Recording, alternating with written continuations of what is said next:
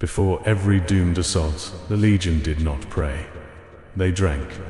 Long before the border forts became graveyards and the war roads were swallowed by ash, there was a commander who did not believe in courage. Her soldiers called her Captain Erynd Vale, though never loudly and never without care. She had led too many charges through smoke, mud, and screaming steel to trust beautiful words spoken before battle. Courage, she said, was what soldiers invented when they had no plan left.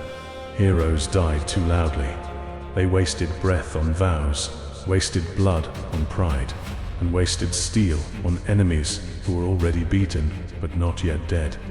A hero would strike because his heart was burning. A disciplined soldier would strike because the opening had appeared. That was the difference between glory and survival. Erynd trained her company in silence. No battle songs, no banners raised higher than a spearhead, no speeches before dawn. She taught them to breathe while arrows fell around them, to count footsteps through panic, to watch an enemy's shoulders instead of his blade, to read exhaustion in the bend of a knee. Survive the first blow, she told them.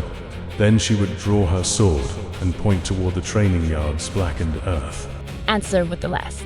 Her soldiers were not loved by other legions. They were too quiet, too patient, too unwilling to die dramatically. They did not rush to rescue wounded enemies. They did not duel for honor. They did not waste strength proving themselves against men already close to collapse. They waited, they watched, and when the moment came, they ended it cleanly. For years, Erynd's company was sent where ordinary courage had failed. Broken gates, burning bridges, trenches filled with iron rain, fortresses whose walls had already drunk the blood of 3 armies. If a battle seemed unwinnable, if a commander needed soldiers who could walk into ruin without pretending ruin was holy, he sent for Erynd Vale. Then came the final siege. The city ahead of them was not meant to fall.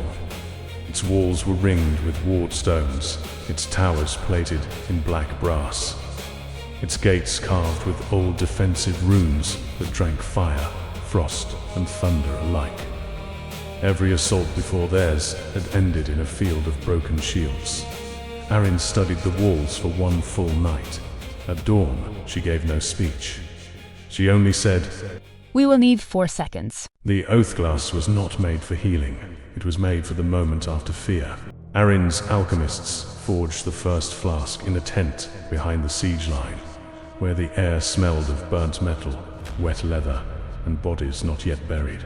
They gathered battlefield scrap from every failed assault, broken shield rims, cracked visor plates, shattered ward stones, funeral masks split by arrows, and the blackened fragments of armor pulled from soldiers who had refused to fall before their commander gave the word. The iron was melted down first. It did not pour smoothly. It clotted and resisted the crucible, as though each fragment remembered the hand it had failed to protect. The alchemists hammered it into a narrow neck, cold and dark as a grave bell. Around it they set rings of dull metal, each one etched with a number no soldier was allowed to speak aloud. Then came the glass. It was violet at the edges, blue in the center, and almost clear when held beneath moonlight. Into its belly, they pressed the dust of shattered ward stones, forcing dead protection to remember its purpose. The result was neither flask nor charm, neither weapon nor shield. It was a question given shape. Inside, it moved no wine, no poison, no ordinary draught. Only a pale metallic residue shimmered within the glass, thin as breath on a blade. When touched, it glowed faintly, as though something inside had heard a command from very far away. Erynd named it Oathglass. Her captains expected a blessing. Her soldiers expected a punishment. The alchemists expected the flask to fail. It did not. The first test came at midnight. A condemned deserter was brought before Erynd, bound at the wrists and shaking so badly his teeth clicked together.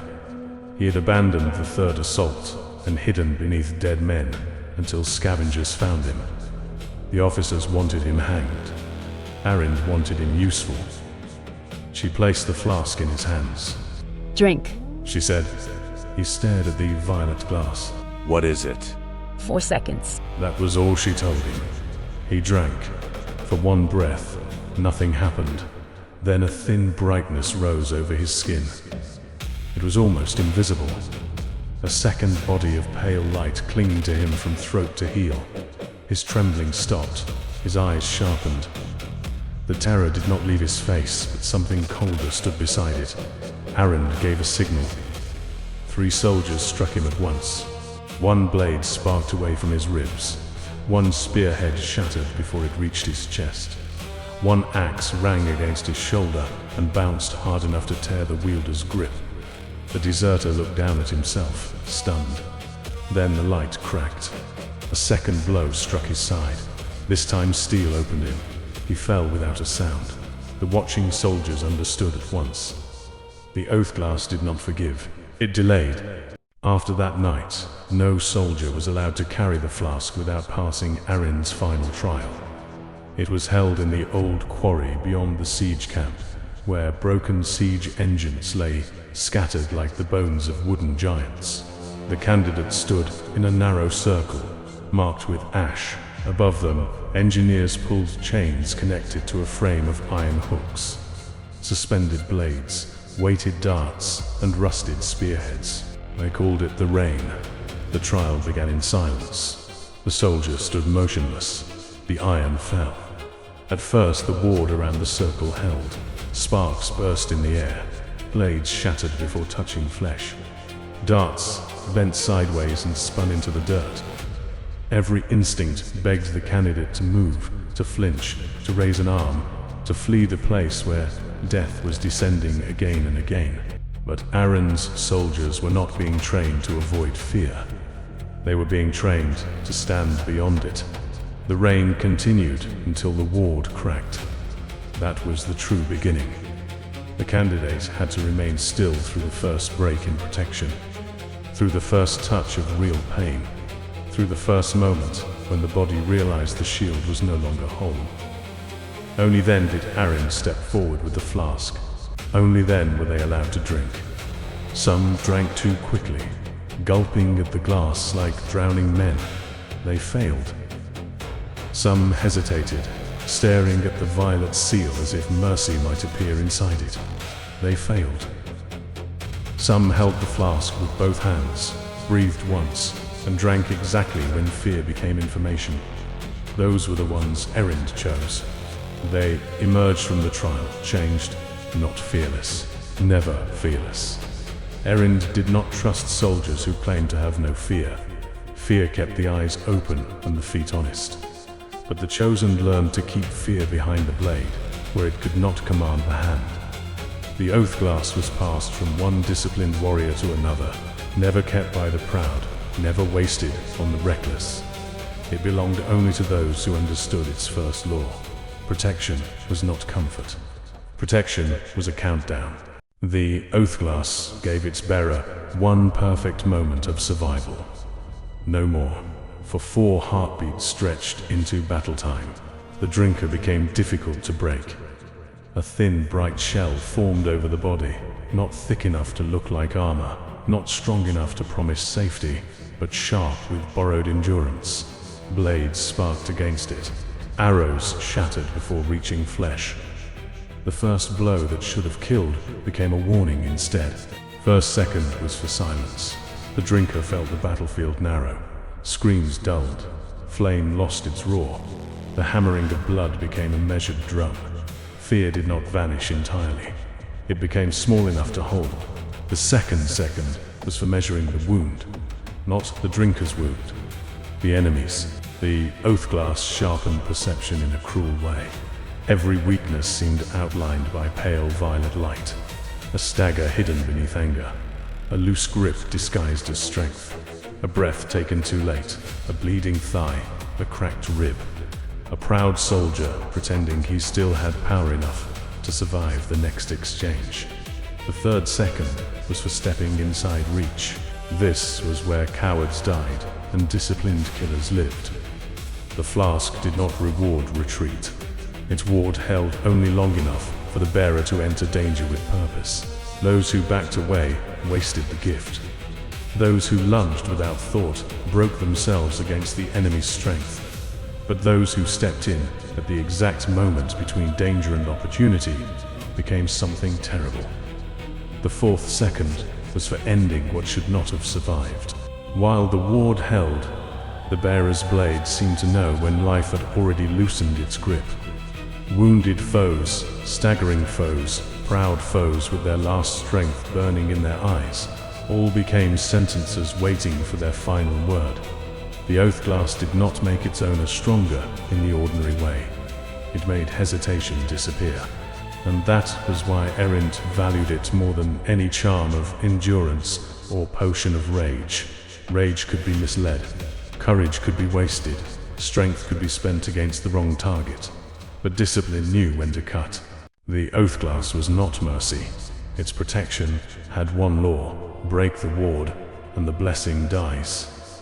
Some soldiers learned this too late. One young swordsman drank before the gate charge began, thinking the violet shell would carry him through the killing field. He ran ahead of the line, laughing as arrows burst against his borrowed skin. By the time he reached the first barricade, the glow had faded. The enemy's spear found him easily. Another waited too long, clutching the flask as a cavalryman bore down on him with a hooked lance. He drank with death already touching his throat. The shell rose half-formed, flickered once, and vanished beneath the impact. A third trusted it too much. He was strong, admired, and certain the Oathglass had chosen him. He stepped into 3 enemies at once, taking the first strike against the ward, then the second, then the third. The shell cracked across his chest like breaking ice. His clarity left him, his fear returned. They found him split open beneath his armor, violet light gone from his veins. After that, Erynd gathered the company and placed the broken flask shard from his kit on a flat stone. Look at it, She said. No one spoke. This is what happens when protection becomes belief. She crushed the shard beneath her boot. Protection is preparation, nothing more. From then on, every bearer of the Oathglass carried the same instruction into battle. Drink only when death is near. Strike only when the enemy is weaker. And when the ward breaks, make their army feel it. Even when the Oathglass faded, it left something behind. A pressure in the air, a ring of cold force. A final curse exhaled from the collapsing ward. It came 2 seconds after the light died. Not always with sound. Sometimes it was only a sudden heaviness, as if the battlefield itself had inhaled and refused to release. Enemies standing close felt it first in their hands. Fingers stiffened around sword hilts. Shoulders sagged, knees weakened. The body forgot its own fury. Their steps slowed, their strikes lost force, their courage thinned. Erynd called this moment the breath after impact. The instant when the enemy realized he had survived the first exchange, but had already lost the next. The pulse did not kill. It did not burn, freeze, or tear. It did something more useful. It made the strong less certain. For 2 seconds, every nearby enemy felt the weight of all those who had died, preparing for that exact moment. The broken shields, the funeral masks, the last breaths trapped in violet glass. The soldiers who had stood in iron rain until fear became obedience. Then the bearer moved. Those 2 seconds could break a charge, open a shield wall, ruin a champion's counterstroke, or turn a collapsing line into a massacre. The Oathglass was never meant to keep a soldier alive forever. It existed to create one decision, one opening, one final cut delivered before the enemy understood the rhythm had changed.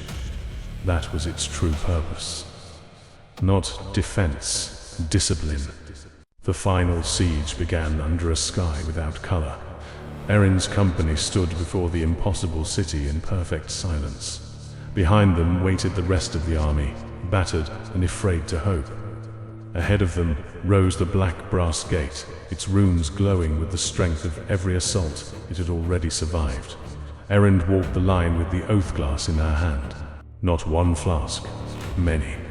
Each chosen soldier carried a narrow iron vial at the belt, violet glass hidden beneath leather wrapping. Their faces were pale, their hands were steady. Erynd did not promise them victory. She promised them a chance. Survive the first blow, She said. The soldiers answered as one. Answer with the last. The gate opened before they reached it. The defenders came out in disciplined ranks, shields locked, spears lowered, armor bright with wardlight. They expected another desperate charge, another army drunk on courage, another wave of men ready to die loudly beneath the walls. Erynd's company did not charge. They marched. Arrows fell. The front line did not raise shields until the last possible moment. Fire poured from the towers. They stepped through gaps in the flame. Spears came down. Only then did the first soldiers drink. Violet light flashed across the killing field. The first impact should have broken them. It did not. For 4 seconds, the last march became something the defenders had no answer for. Blades struck borrowed skin and sparked away. Shields slammed into bodies that did not fall. Wounded defenders, confident moments before, found pale eyes fixed upon them with terrible precision. The first second was silence. The second was measurement. The third was entry. The fourth was the cut. Men who had survived 3 sieges died in a single stroke. Champions with cracked armor fell before they could recover their balance. Spearmen who had lost only a little blood suddenly discovered that a little was enough. Then the wards began to collapse. One by one, the violet shells burst outward. Cold pressure rolled across the gate road. The defenders slowed. Their spear wall loosened. Their countercharge weakened before it began. Erynd raised her sword. Her company moved through them like a closing door. By dusk, the black brass gate stood open. By midnight, the city burned behind them. By dawn, almost none of Erynd's company remained. The siege was remembered badly. Victors always prefer cleaner stories. They spoke of courage at the gate, of heroic sacrifice, of banners raised beneath impossible fire. They built statues of generals who had watched from the rear and composed songs for soldiers who had died without ever knowing why the line had finally broken. No song remembered Erynd Vale. No monument named the company that marched without prayer. Some said they disappeared into the burning city and were buried beneath its falling towers. Some said they pursued the surviving defenders into the ash roads and never returned. Others whispered that Erynd herself walked away from the victory before sunrise, carrying the last flask into a war no map recorded. Years later, scavengers found a single Oathglass beneath black sand and broken helmets. Its iron neck was cold as a grave bell. Its violet seal still glowed faintly. Inside, the pale metallic draft moved as if counting down from 4. The scavenger who found it thought it was treasure. Then he heard the voice, not spoken aloud, not carried through the air. It rose through his palm from inside the glass, calm and merciless, as a commander walking a silent line before battle. Do not be brave, be ready. He dropped the flask and fled. But the Oathglass did not remain buried for long. It passed from hand to hand in the years that followed. Mercenaries, duelists, desperate guards, executioners, deserters, seeking a second chance, commanders willing to trade comfort for precision. Some called it a relic. Some called it a curse. Some believed it held the last breath of an army that had marched knowingly into death. They were all wrong. The flask held a lesson. Whenever its seal glows blue-violet in the dark, the old order returns. It waits beneath the glass for the one disciplined enough to understand it. Drink only when death is near. Strike only when the enemy is weaker. And when the ward breaks, make their army feel it. Because the Oathglass was never made to save the living. It was made to ask a question in the final seconds of survival. When your protection breaks, when your time is almost gone, when the enemy still stands before you, will you retreat or will you cut?